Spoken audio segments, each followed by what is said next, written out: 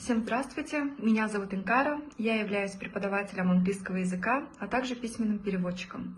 Иностранные языки, с которыми я работаю, это английский и немецкий. Я имею степень бакалавра в переводческом деле, а также на данный момент я магистрант специальности прикладная английская лингвистика. Отвечая на вопрос моей коллеги Зарины, в первую очередь я бы хотела выделить влияние казахской фонетики.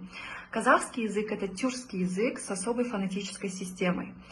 Также в казахском языке скопление согласных звуков встречается намного реже, чем в английском языке.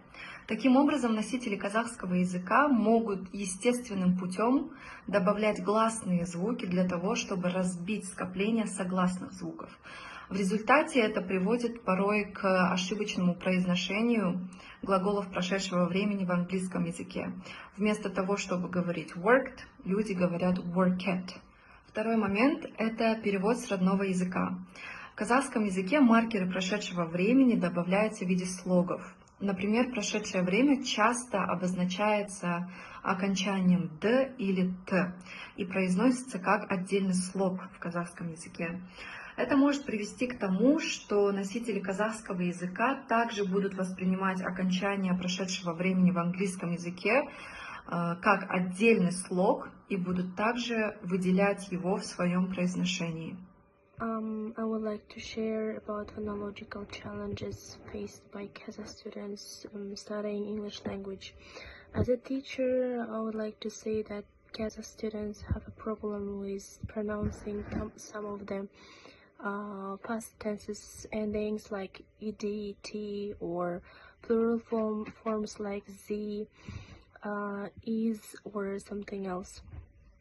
So why it happens usually as we studying from the school, and nowadays also face from this problem because of their our phonological assimilation, or some of other factors which Kazakh students can't pronounce correctly because of our articulation differences.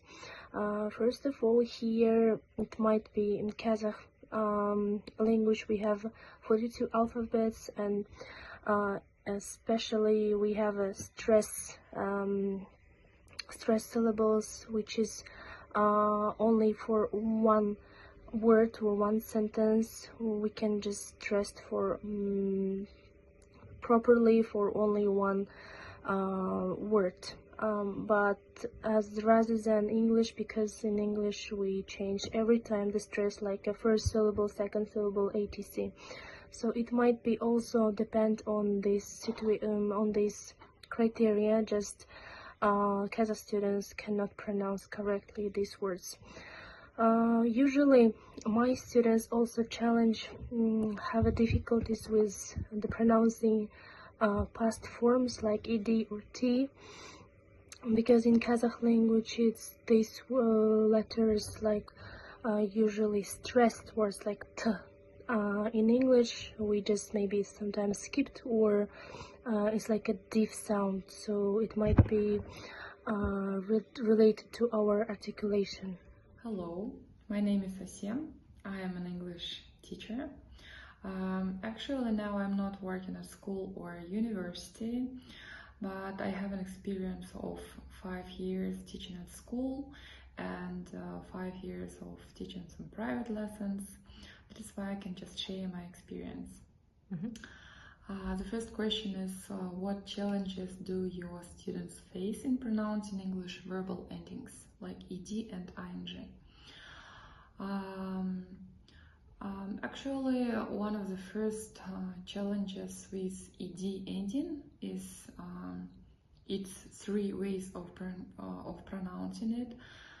As we know, it is id, d, and t, and sometimes students just forget these rules. And with ing, I suppose it's like sometimes students can say like walking, right? But instead of that, we should say walking, because it's nasal sound. Most effective teaching strategies to overcome interference in pronunciation, in my experience.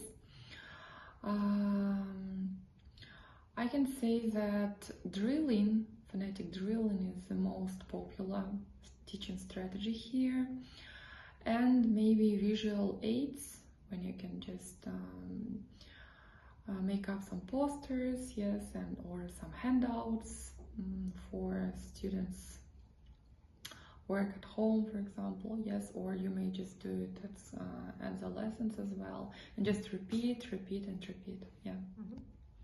And the last question, have you noticed differences in how students with different native languages, in our case it's Kazakh and Russian, handle English phonetic and phonological aspects, particularly with verb endings, yeah?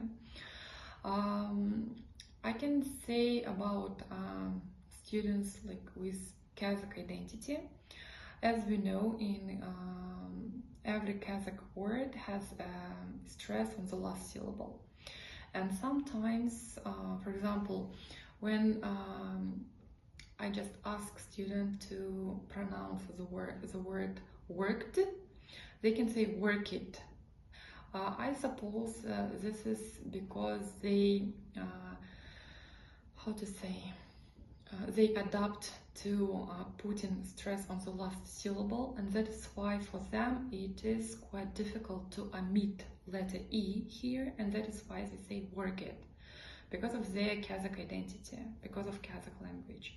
That is this is just my opinion. Yeah.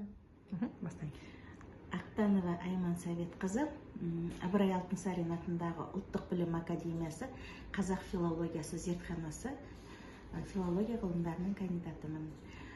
Қазақ тілінің маманы ретінде ағылшын тілін үйренуде әрине қазақша сөйлейтін студенттердің болсын, балалардың тіл үйренушілердің арасында интерференция процесінің болуы заңдылық, себебі өзінің ана тілі бөтен тілде игерген кезде соның жаңағы белгілі бір заңдарын қабылдамайтын, басқаша қабылдайтын жағдайлар болады.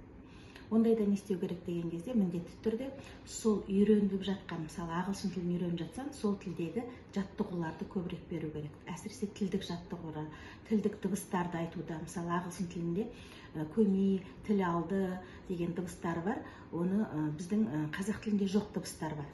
Сол үшін олардың дұрыс айтылуын қамтамасыз еткіміз келсе, онда сондай жаттығулар беру керек. Сосын сөз мағыналарын ажырататын жұрнақтарды да дұрыс үйреткен дұрыс сияқты, себебі ағылшын тілінің жұрнақтары кейде жаңағы сөздің алдында, кейде жаңағы артында жаңа кірігіп тұрады.